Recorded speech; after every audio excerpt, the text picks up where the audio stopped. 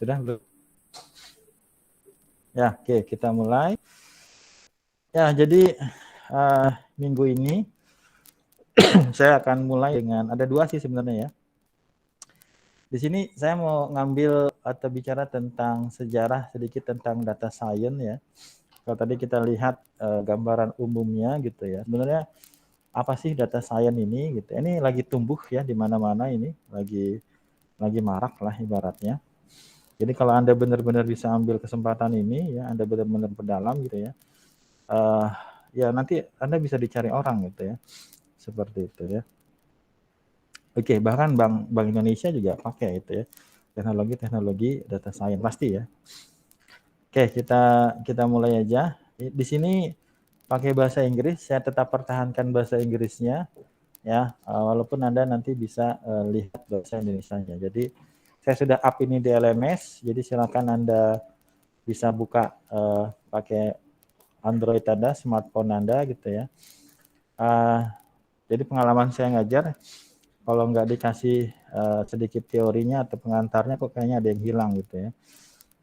Kalau kemarin awal saya kasih Anda sedikit mencari jurnal ya, sebenarnya juga itu ada tujuannya. Ya, nanti separuh jalannya lagi kita akan masuk kepada loading and handling data di Panda NumPy. Di sini kita mulai membaca data ya, mulai membaca data. Nanti data itu banyak formatnya, jelas salah satunya kalau Anda sudah bisa menjalankan script seperti ini, ya sebelum nanti. Di sini ada di halaman 10 ya, ini di part 2 ya, di part 2. Betul, di situ ada, sebetulnya di sini cuma 2 perintah aja ya. Ini adalah bagaimana cara membaca sebuah data dengan format CSV gitu ya. Jadi kalau kita pakai Java ini nggak sesederhana ini gitu ya. Kalau di Python ada cuma panggil library-nya adalah Pandas ya, Python Analytic Data apa gitu ya, saya lupa Pandas. Dengan 2 perintah seperti ini kita bisa membaca format CSV. Kalau yang terakhir itu head itu menampilkan 5 data paling atas gitu ya. Seperti itu. Tapi sebelum ke sini saya pengen bawa Anda ke sedikit pengantarnya ya, Introduction to Data Science. Jadi istilah yang digunakan adalah data science ya, kita mulai. Data science is a thriving and rapidly expanding field ya. Jadi data science adalah dikatakan di sini thriving itu adalah bidang yang berkembang pesat ya. Itu diartikan thriving dan expanding dengan berkembang pesat juga ya. Jadi dikatakan menurut penulis ini dan memang seperti itu kenyataannya, ilmu data, jadi data science diartikan sebagai ilmu data adalah bidang yang berkembang pesat dan berkembang pesat ya. Mungkin konteksnya artinya beda ya. Kalau di situ apa? Thriving and rapidly expanding. As you probably already know. Ya. People are starting to come to a consensus that everyone should have some basic data skill, basic data science skill, sometimes called data literasi. Jadi apa yang dimaksud dengan konsensus? Konsensus itu adalah kesepakatan bersama gitu ya. Jadi orang-orang mulai menyadari bahwa that everyone, bahwa setiap orang ya harus memiliki skill data science basic gitu ya. Ini orang udah sadar ya. Jadi orang sudah menyadari bahwa setiap orang itu harus punya apa? Sedikit skill tentang apa? Data science. Maka itu dikatakan sebagai istilah ini dikatakan sebagai apa? Data literasi.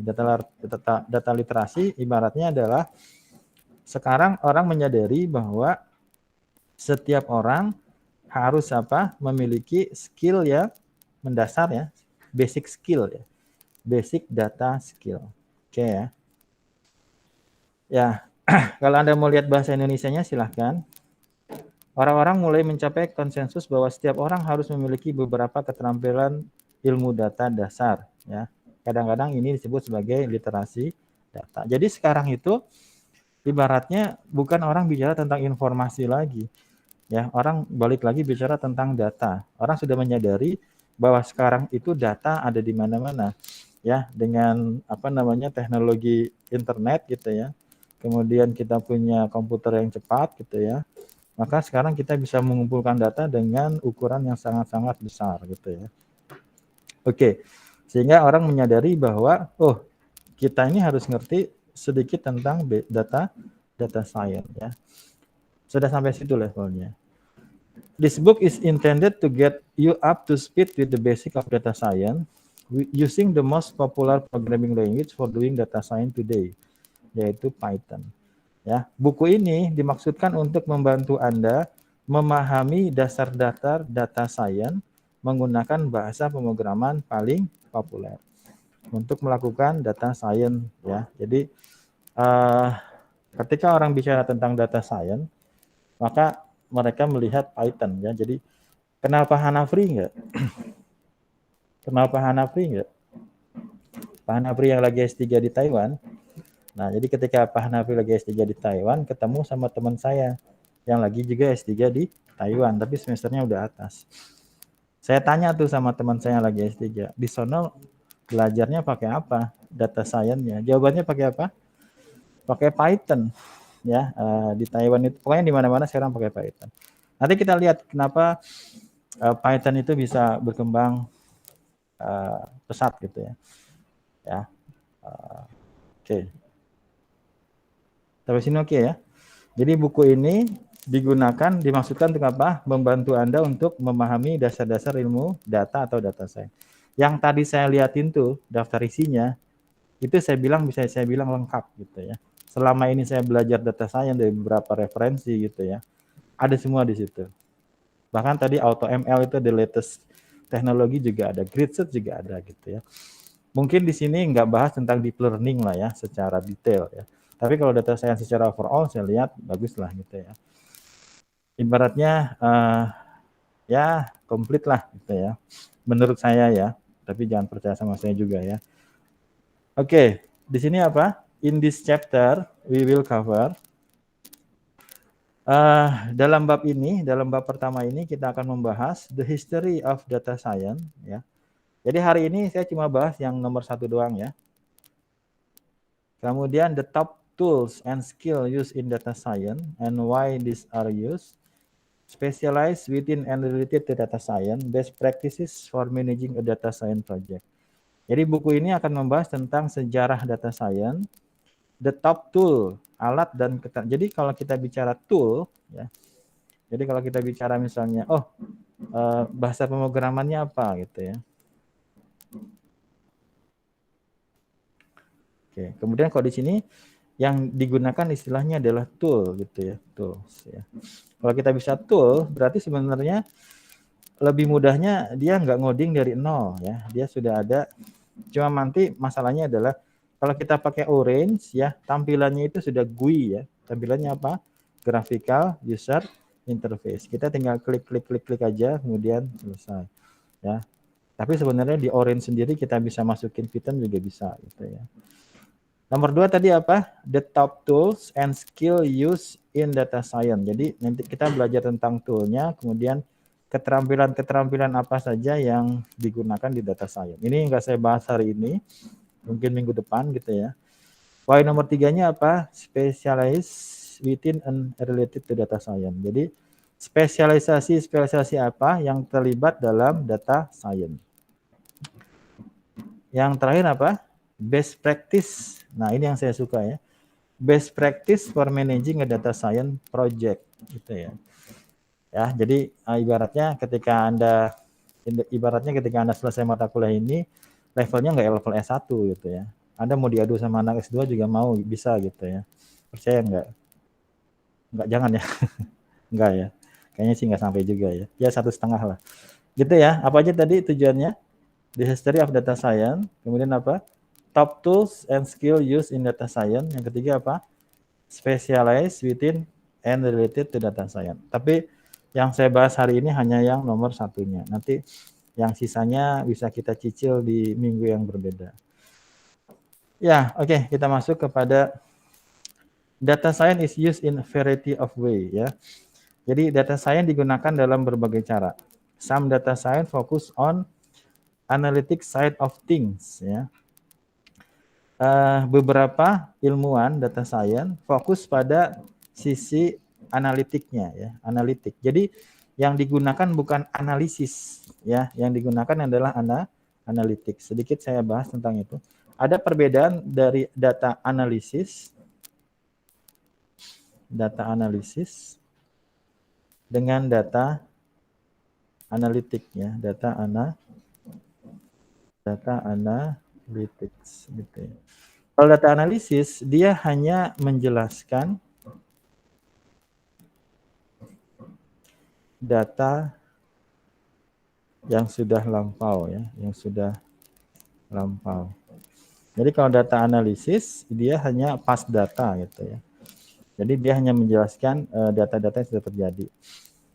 Kalau data analitik dia memprediksi ya, memprediksi sesuatu lah ya, memprediksi sesuatu yang belum terjadi tentunya ya, memprediksi sesuatu berdasarkan data yang ada gitu ya.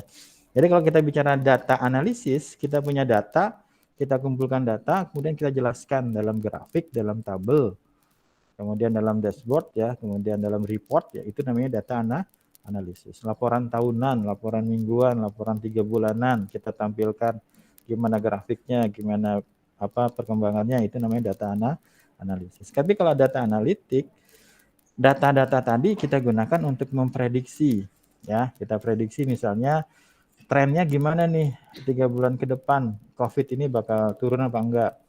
Kayaknya sih nanti Februari akan ada gelombang ketiga. Nah, itu memprediksi ya. Ya, nanti ada prediksinya apa? Januari akan ada COVID gelombang yang ketiga. Itu contohnya aja. Oke, tadi lagi bicara tentang apa? Lagi bicara tentang ya, jadi data science digunakan dalam berbagai bidang ya. Yang pertama digunakan dalam data analitik ya. Kemudian yang kedua adalah pulling out hidden pattern. Yang kedua adalah mencari pola yang tersembunyi ya. And insight from data ya. Kita apa insight itu ya.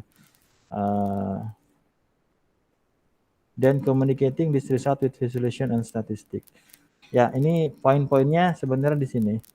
Ada analitik ya, kemudian ada hidden pattern yang melihat pola ya, kemudian insight from data itu apa ya? Insight itu ibaratnya apa tuh insight ya? Di sini artinya wawasan ya. Wawasan yang tersembunyi dari data. Jadi kita bisa melihat sesuatu ya, pola katakanlah dari data. Sebenarnya kalau pola nih di sini ya. Nah, kemudian communicating this result with visualization and statistics. Nah, yang terakhir ini adalah BI ya. BI dalam artian terminologi yang lama. Ya, jadi BI terminologi lama adalah communicating this result with visualization and statistics. Ya. Kemudian apa? Other work on creating predictive model in order to predict future event. Ya sama ya. Yang lain apa? Bekerja untuk membuat model prediksi untuk memprediksi kejadian di masa depan. Ini udah saya sampaikan tadi. Seperti memprediksi apakah seseorang akan memasang panel suryanya atau di rumahnya mereka gitu ya. Ini di marketingnya ya. Kemudian apa lagi? Yet other work on model for classification. Nanti kita belajar tentang classification. Contohnya adalah classifying the make and model of a car in image ya. Banyak ya. One thing ties all application of data science together apa? Semua itu mengenai apa? Data. Jadi sekarang itu kita bergeser bukan bicara tentang informasi lagi, tapi bicara tentang apa? Tentang data. Anywhere you have enough data, you can use data science to accomplish things that seem like magic to the casual observer. Ya, dimanapun Anda memiliki data yang cukup, Anda dapat menggunakan data science untuk menyelesaikan hal-hal yang tampak ajaib bagi pengamat biasa, gitu ya. Oke, mungkin Anda belum bisa setuju dengan pernyataannya terakhir ya, karena Anda mungkin belum lihat secara realnya ya. Ya, kita lanjut aja. Di sini ada ya, ini ada pernyataan lah ya, ada pernyataan dikatakan di sini, a data scientist is better than any computer scientist at statistics. Nih, coba kita artikan apa artinya? Seorang data scientist itu lebih baik daripada seorang ilmu komputer di bidang apa? Statistiknya. Dan seorang data science lebih baik statistiknya daripada and better than any statistician at computer programming. Jadi orang data science itu lebih pintar apanya?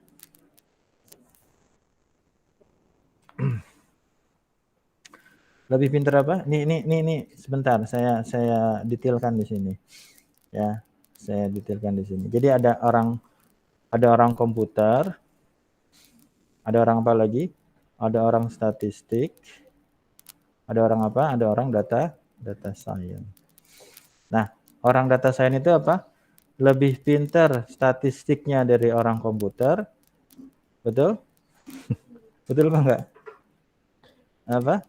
A data scientist is better than any computer scientist at statistik ya. Orang data science itu lebih bagus statistiknya dari orang komputer. Kemudian yang kedua apa?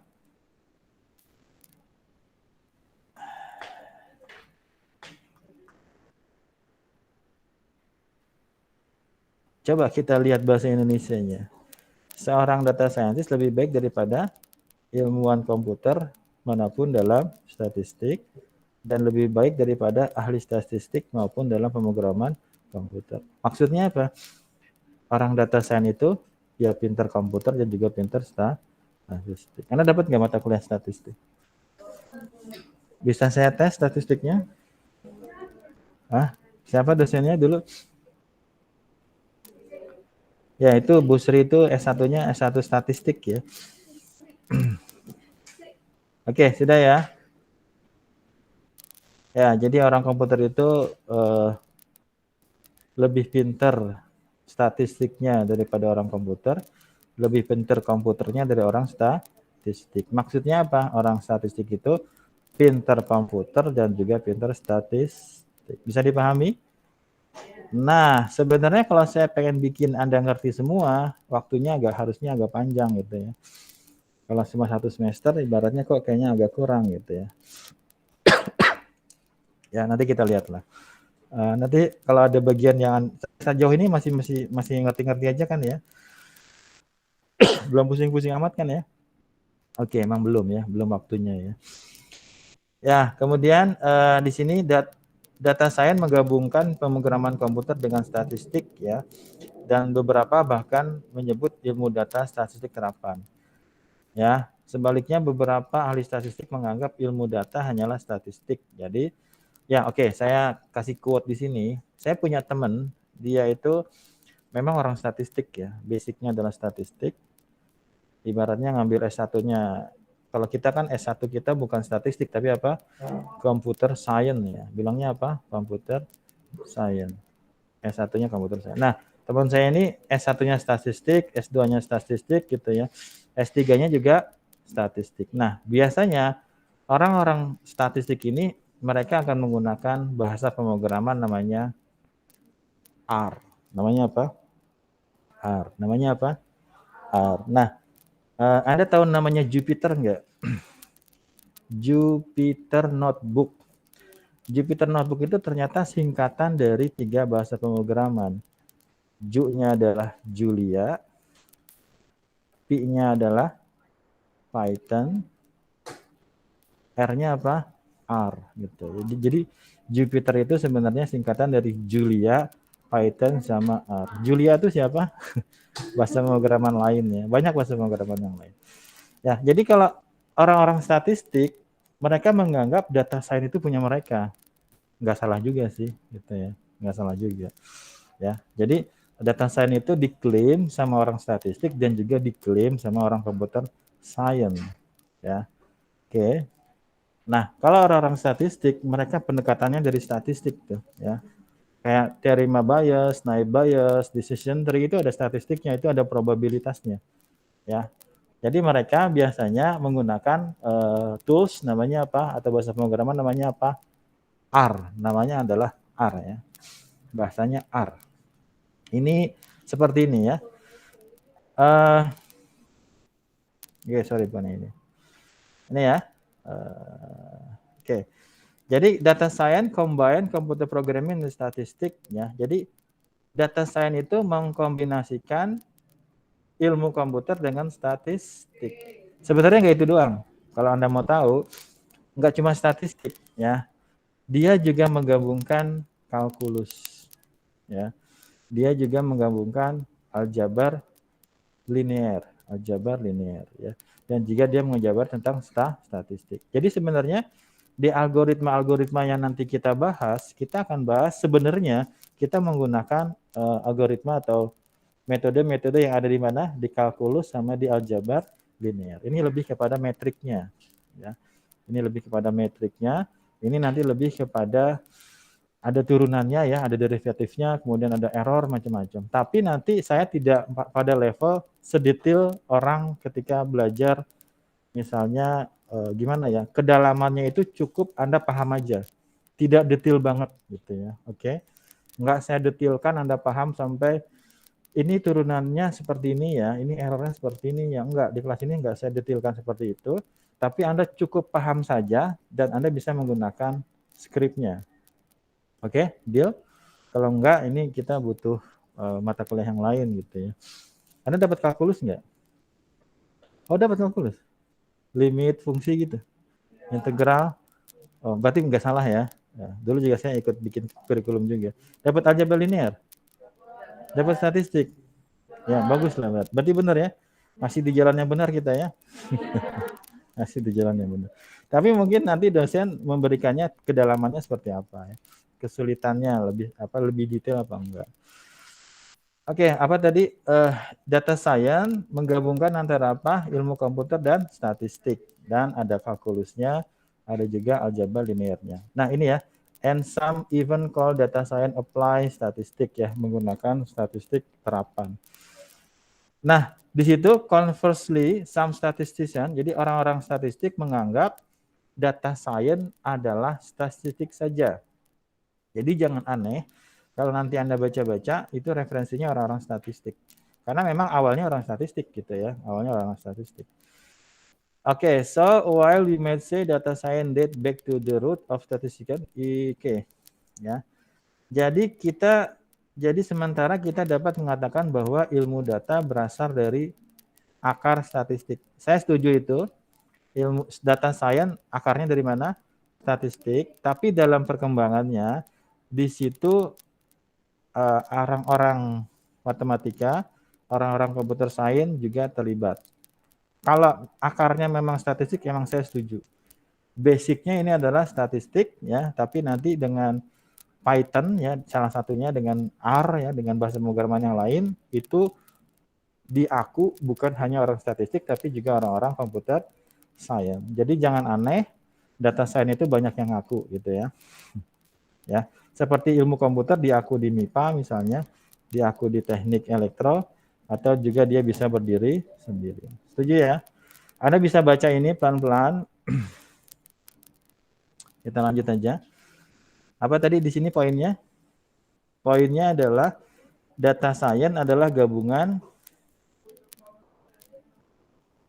dari komputer sama statistik, dan ada pengakuan dari orang statistik bahwa sebenarnya data science itu hanya statistik saja. Tapi kita bisa mengakui bahwa akar dari data science adalah dari statistik, tapi dalam perkembangannya nanti di situ ada orang-orang matematika murni, ada orang-orang komputer masuk ke situ, ya dengan bantuan komputer yang kecepatannya cepat ya, maka sesuatu yang nggak mungkin sebelumnya jadi mungkin ya. Oke, kita lanjut aja. Ya, kemudian at this time the internet was beginning to bloom ya. Maksudnya sekitar tahun 2000-an ya. Sekitar akhir tahun atau sekitar tahun 2000-an internet mulai berkembang ya.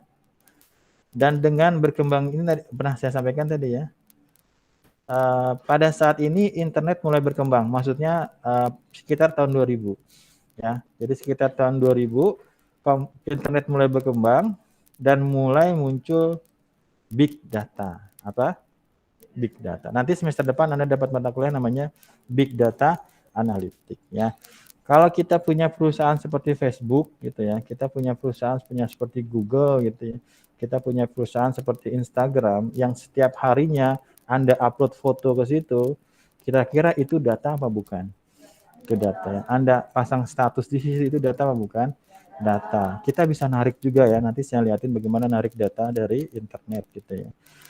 Jadi perkembangan data science selain berkembang karena ada bantuan dari alat yang berkembang, jadi ibaratnya kita sekarang punya kecepatan prosesor yang sangat-sangat cepat ya. Jadi orang-orang komputer menggunakan namanya GPU. Namanya apa? GPU ini apa? GPU ini adalah prosesor yang digunakan ketika orang main game. Kalau kita main game, kita butuh prosesor yang cepat kan. Maka itu namanya adalah graphical processing unit gitu ya. Jadi kita menggunakan GPU untuk pemrosesan data yang kita gunakan. Ya, nanti kalau di deep learning itu saya kemarin ada mahasiswa saya yang kemarin saya minta foto ya. Itu saya ngetrain pakai mesin i7 sampai 12 jam lebih ngetrainnya sampai 12 jam lebih. Itu cuma datanya nggak sampai ribuan ya, cuma berapa data gitu ya. Itu saya butuh waktu berapa?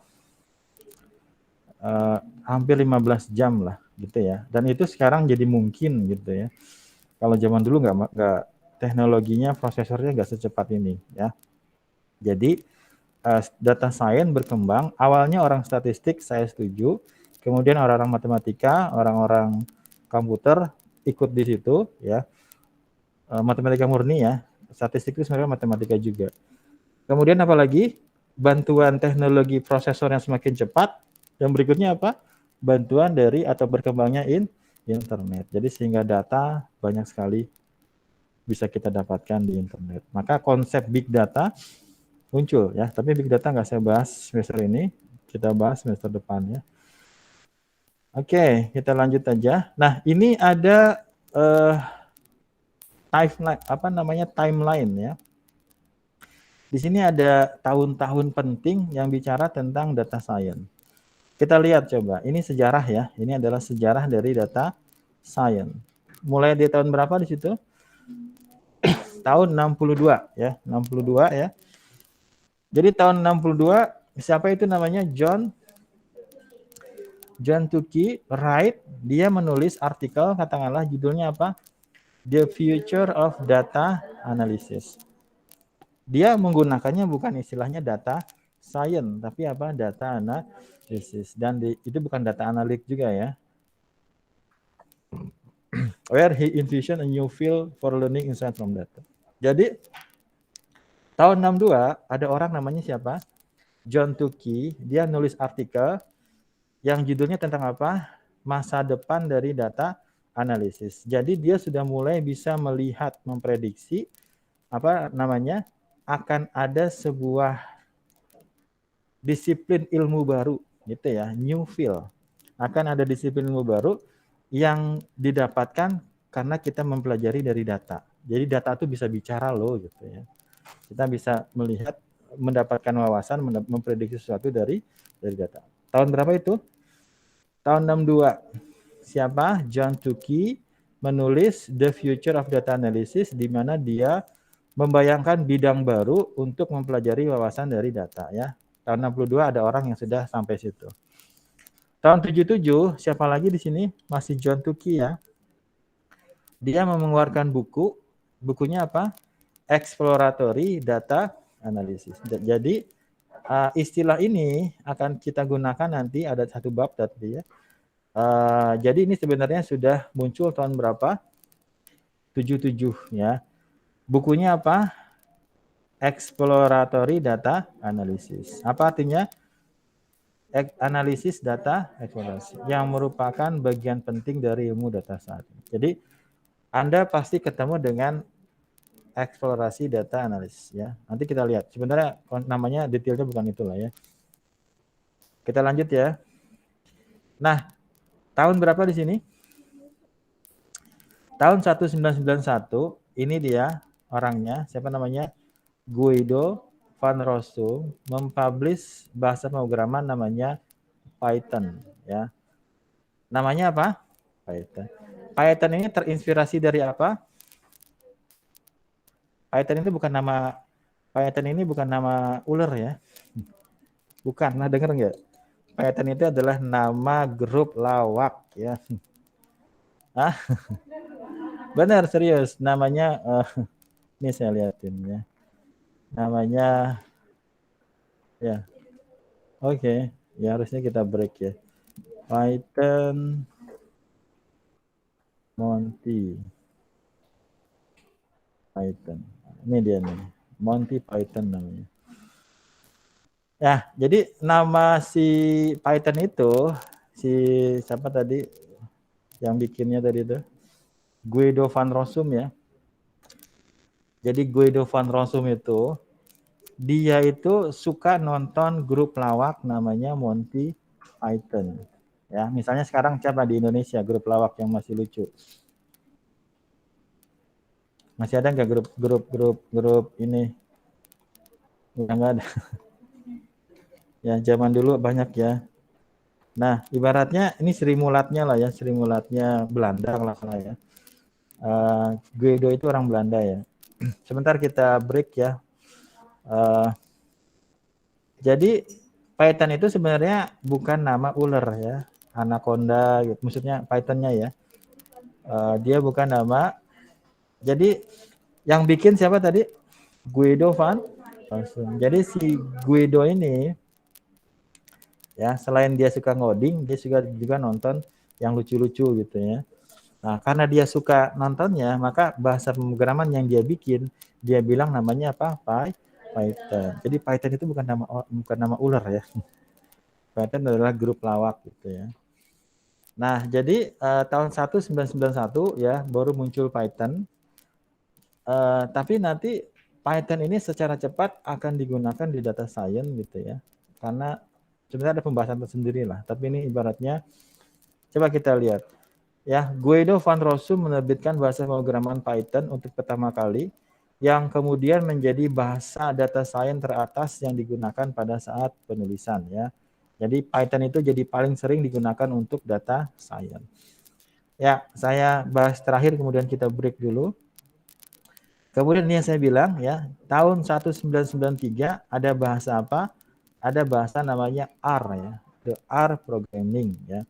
Jadi kalau R programming biasanya dipakai sama orang-orang statistik ya. Orang-orang statistik ketika bicara data science ya, mereka menggunakan bahasa pemrograman namanya R ya. Ini adalah dikatakan the second most used data science ya. Ilmu bahasa pemrograman kedua ya. Kenapa banyak digunakan? Karena orang-orang statistik ya, salah satunya alasannya ya banyak menggunakan bahasa R ini ya. Oke, kita break dulu. Kita break sampai jam 9:30 ya. 10 menit? Apa 7 menit? Ya silakan kalau mau istirahat. Kalau mau ke belakang, kalau mau